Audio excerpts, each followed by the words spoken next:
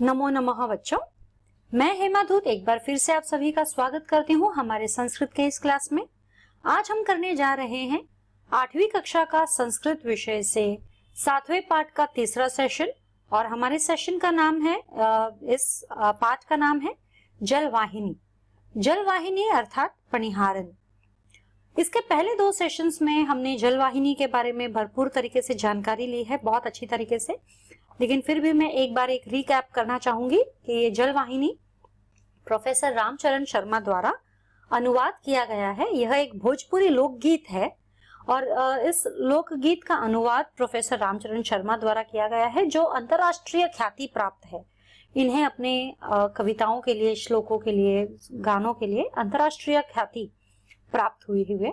और इसके अंदर हमें दर्शाया गया है कि किस तरह से एक पानी भरकर लाने वाली स्त्री, जो कुएं से पानी भरकर लेकर आती है, वो स्त्री, उसके मन में क्या क्या विचार चलते हैं। मतलब किस तरह से वो जब पानी भर रही होती है कुएं से, तब उसके मन में क्या विचार होता है, जब चल रही होती है तो उसके मन में क्या विचार होता है, क्या क्या सोच सकते हैं। तो जैसे हमने शुरुआत की थी इस पनिहारन की, जलवाहिनी की, जो पानी भरकर लाने वाली जो है, जैसे मैंने शुरुआत की थी, तो पहले पैराग्राफ में पहला जो स्टेंजा है या पहले जो 4 पंक्तियां है, उसके अंदर हमें पता चला है कि वह घर के वजह से भी चिंतित है, अपने घर के, अपने बालक के लिए भी चिंतित है कि यदि वह धीरे धीरे चलेगी तो उसे घर पहुंचने में देरी हो जाएगी और देरी होने से उसका बालक रोएगा, और यदि वह फटाफट जल्दी जल्दी चलेगी तो उसके कपड़े गीले हो जाएंगे, क्योंकि जल्दी जल्दी चलने से उसने जो घड़ा पकड़ रखा है पानी से भरा हुआ, वह पानी जो है छलकेगा, पानी छलकने से उसके कपड़े गीले हो जाएंगे। तो यह विचार उसके मन में आ रहा है कि वो चले तो कैसे चले, धीरे चले या तेज गति से चले। दूसरे पैराग्राफ में फिर से हमने देखा कि वह दूसरों के बारे में भी सोच रही है कि यदि वो चल रही है तो उसके पैरों में जो पायल है, उस पायल से रुनझुन आवाजें आती है, और उस रुनझुन आवाज के कारण जो आस पड़ोस में जो लोग सोए हुए हैं अपनी शैया पर, जो मीठी नींद ले रहे हैं, उनकी नींद खराब हो जाएगी। तो ये वो भी नहीं चाहती कि उनकी नींद खराब हो, ना ही वो अपने बालक को रोता हुआ देखना चाहती है। अब तीसरा विचार जो उसके मन में आता है कि कुआं तो है संकड़े मुंह वाला, लेकिन गहराई में बहुत ज्यादा है, और उसका जो पानी है वो भी तले में है, एकदम तल में है पानी। तो यदि वह पानी निकालती है, रस्सी द्वारा जो पानी निकालती है, तो उस रस्सी द्वारा पानी निकालने पर उसके हाथों में छाले हो जाते हैं। तो यह वो विचार उसके मन में आता है कि किस तरह से ये छाले हो गए हैं मेरे हाथों में रस्सी से घड़ा खींचने में। तो यहां तक तो हमने ये एक फर्स्ट सेशन में हमने मीनिंग भी समझा है, सेकंड सेशन में शब्दार्थ करके वापस से स्वर हमने ये गाना गाया है, और उसके साथ में 2 एक्सरसाइजेस भी की है। अब आगे की 3 एक्सरसाइजेस हम यहाँ करेंगे और बाकी के जो है 4th सेशन में करेंगे। हम अभी बढ़ते हैं आगे हमारे एक्सरसाइज की तरफ। तीसरी एक्सरसाइज जो है, अधोलिखितेषु पदेषु यथापेक्षितम संधिः विच्छेदम कुरुत।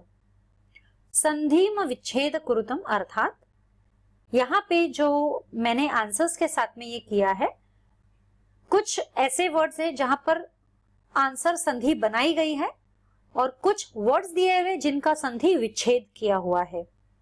राइट। अब यहाँ पे क और ख है।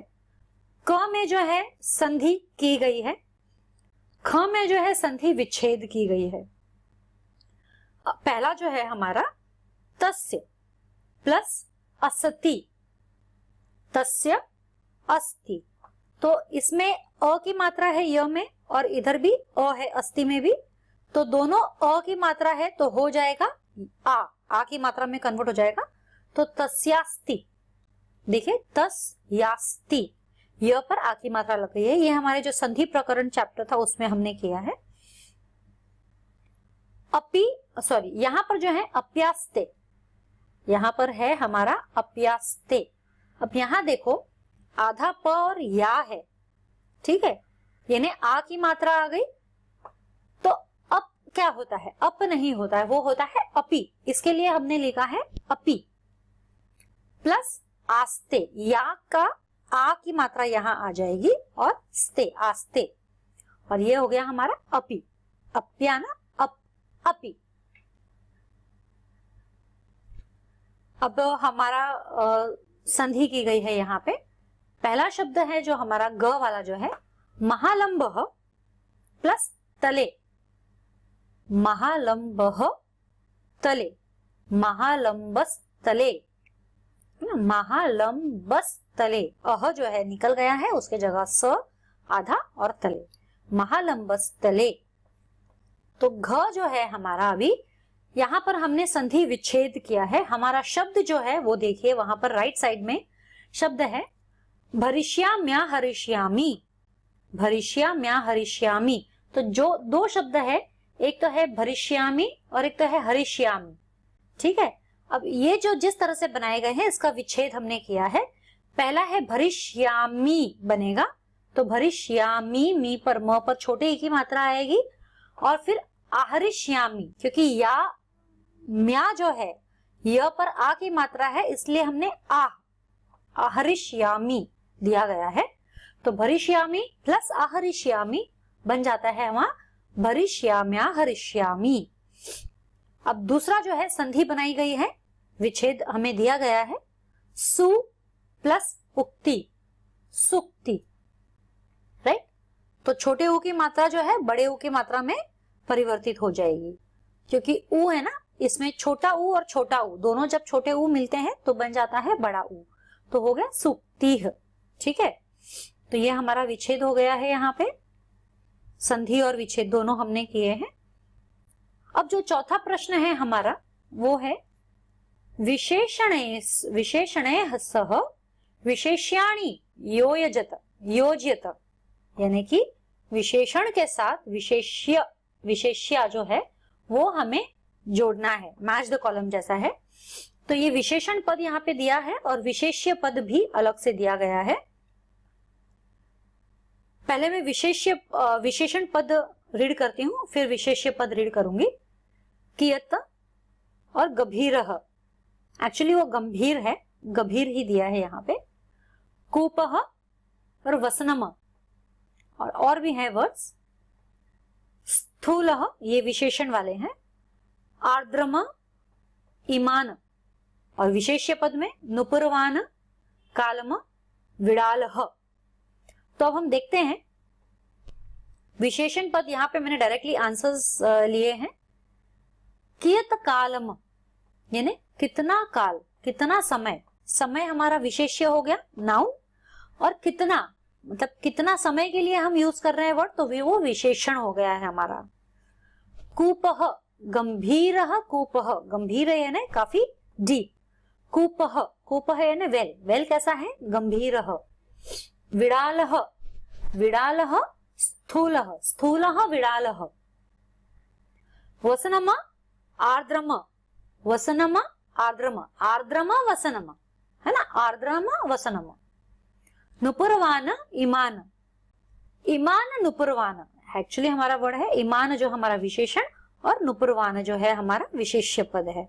हमने नुपुरवान के लिए ईमान वर्ड यूज किया है। तो काल, काल के लिए हमने कियत, कितना, कूपः के लिए गंभीरः, विडालः के लिए स्थूलः, वसनम के लिए आर्द्रम, और नुपुरवान के लिए ईमान। ये वर्ड हमने विशेषण पद यूज किए हैं विशेष्य पद के लिए। ये हमारा मैच द कॉलम इस तरह से हो गया है। अब जो है समानार्थकानि पदानि मेल्यत, यहाँ पे हमें समानार्थी शब्द बनाने हैं। यहाँ पर मैंने एक साथ में सारे दोनों कॉलम्स लिख दिए हैं, ए और बी, अ और ब। अब यहाँ पे हमें मैच करना है विद सिमिलर वर्ड्स, समान अर्थ वाले शब्दों के साथ मैच करना है। तो सलीलम, सलील यहाँ पे है जल, जलम, ठीक है, सलीलम जलम, सलील हमारा हो गया जल। गृहम, गृहम यानी यहाँ पर इतने सारे शब्द है जो यदि आप भी ट्राई करना चाहते हो तो पहले ट्राई कर सकते हो। पहला शब्द है कुंभः, शिशुम, शीघ्रम, भवनम। इन चारों में से क्या हो, क्योंकि जलम तो सलील का हो गया है, सलीलम जलम, तो इसमें गृहम, हाँ अगर आपको सही है तो मैं यहाँ पे आंसर दे रही हूं, भवनम, गृहम भवन, भवन को हम गृह कहते हैं, राइट। ध्रुतम, ध्रुतम हमने कविता में किया है। ध्रुतम क्या होता है, द्रुतम यानी शीघ्रम, राइट, द्रुतम शीघ्रम। घटः, घटः यानी कुंभः, घटः कुंभः। बालम, बाल यानी बच्चा, शिशुम, बालम शिशुम। तो इस तरह से देख लीजिए हमने सारे हमारे मैच द कॉलम जो है कंप्लीट कर लिए हैं विथ मीनिंगफुल वर्ड्स, मतलब इनके सिनोनियम्स, मीनिंग्स वाले शब्दार्थ, समानार्थी शब्द, बहुत सारे अर्थ होते हैं इनके। तो सलीलम यानी जलम, गृहम यानी भवनम, द्रुतम यानी कि शीघ्रम, घटः कुंभम कुंभः, बालम शिशुम, बालम शिशुम। तो इस तरह से हमारा मैच द कॉलम भी हो गया। So what did we learn today बच्चों, आज हमने क्या सीखा? आज हमने एक बार पोइट्री का रिकैप किया है। रिकैप करने के बाद में हमने 3 एक्सरसाइजेस यहाँ किए हैं। पहली एक्सरसाइज थी हमारी संधि बनाना या संधि विच्छेद करना। फिर दूसरी हमारी थी विशेषस्य और विशेषण, ये दोनों मैच करना, मतलब प्रॉपर विशेषण प्रॉपर विशेषस्य के लिए, ये हमने किया। और उसके बाद में हमने meanings match the column form में मीनिंग्स के साथ मैच किए, संस्कृत वर्ड के उनके मीनिंग्स के साथ मैच किए। तो इस तरह से हमारा आज का ये सेशन यही खत्म होता है। अगले सेशन में मैं आऊंगी आगे की एक्सरसाइजेस लेकर, जो हमारा आखिरी सेशन होगा इस चैप्टर का।